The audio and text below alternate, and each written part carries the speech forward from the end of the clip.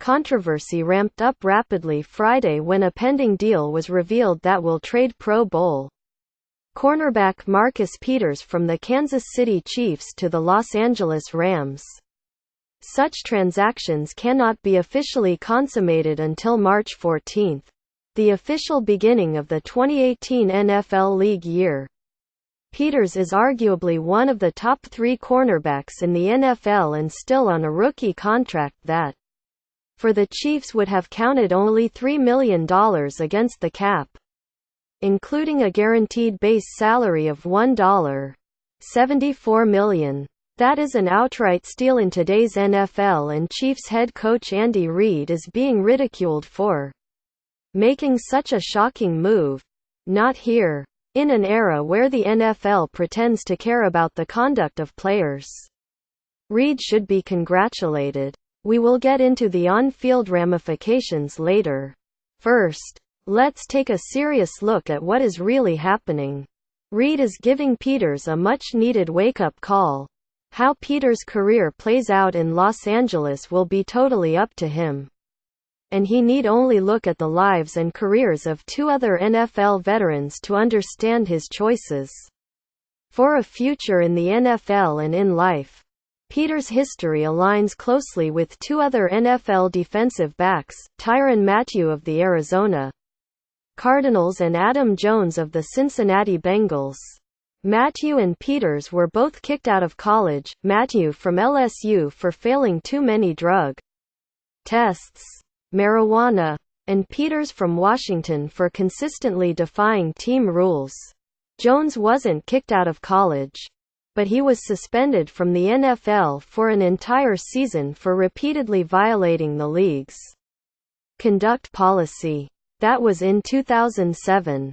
Numerous arrests later, Jones is still trouble looking for someplace to happen. My lasting memory of Jones is from September of 2015 at the Oakland Coliseum when he straddled Raiders wide receiver Amari Cooper on the ground after a play. Jones took Cooper's helmet and bashed it against the wide receiver's head. Amazingly, Jones wasn't ejected for an act that was worthy of an arrest and jail time. And then there is Mathieu, whose talents as LSU's Honey Badger were so remarkable that the safety was a Heisman Trophy finalist as a true sophomore in 2011.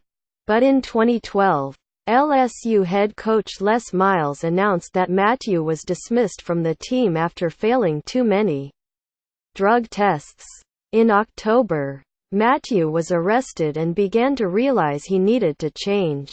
He threw away his cell phone, the umbilical cord that constantly tied him to bad influences, and hid out in Florida to get his body and mind in shape for football and life in general. By February of 2013, a clean, sober, in shape Mathieu took part in the NFL Scouting Combine. In March, he looked even better at LSU's Pro Day, although his issues in college erased his name on many NFL draft boards. The Cardinals took a chance and stole him in the 3rd round. No. 69 overall. Unfortunately, the combination of Mathieu's size, only 5'9", 186 pounds, and aggressive play has resulted in numerous injuries. But when he is healthy, Mathieu shows remarkable abilities, especially when it comes to causing turnovers. On the field, Peters is a bigger version of Mathieu in terms of sensational ball skills. In 3 seasons, he has 19 interceptions in 45 games plus 2 in 4 playoff games. But his attitude and actions were obviously not acceptable to Reid, whose offseason moves are a neon sign that he is rebuilding the Chiefs. And, regardless of Peters' ability as a player, Reid does not want the wrong type of influence in his young locker room. It definitely will be a young locker room seeking leadership and an identity. Alex Smith was traded so second-year quarterback Patrick Mahomes can take over. The Chiefs have also moved on from 13-year inside linebacker Derek Johnson, and he will test free agency. So there were plenty of signs that Reid was going to deal Peters without even considering last season's 3 unsportsmanlike fouls, 2 for unnecessary roughness, and the idiotic idea to throw an official's flag into the stands. Reid suspended Peters 1 game for that, which is probably when the die was cast. In the pending trade that will send Smith to Philadelphia, it was not coincidence that the Chiefs named cornerback Kendall Fuller as part of the compensation, and the Chiefs signed cornerback David Amerson, previously with Washington and Oakland. Neither of them has the ability of Peters, but that obviously was not the primary consideration. We don't yet know what the Rams gave up for Peters, but there is no denying they are getting one of the best shutdown corners in the NFL, and everything that comes with him. The Chiefs were faced with deciding whether to exercise their 5th-year option by May on Peters, who was a first-round pick in 2015. Now, the Rams will have the ability to do that.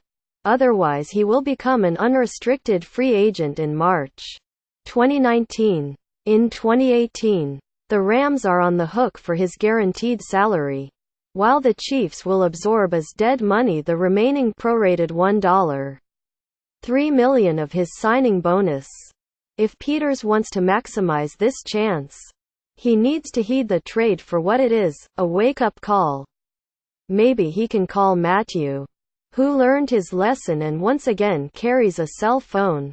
Matthew can tell Peters that it is worth the struggle to straighten up and warn him that the opportunity to backslide will always be there. A year ago, while recovering from knee surgery, Matthew was asked if all his injuries or setbacks could make him depressed enough to fall off the wagon and revert to his old ways. No, no, no, he said. Once you go through something like that and you experience the worst of it, you know you don't want to go down that dark road ever again. Quote, Peters has all-pro and even Hall of Fame ability. Whether he lives up to that potential is up to him. Frank Cooney is founder and publisher of the Sports Exchange, has covered football for 6 decades and is a selector for the Pro Football Hall of Fame.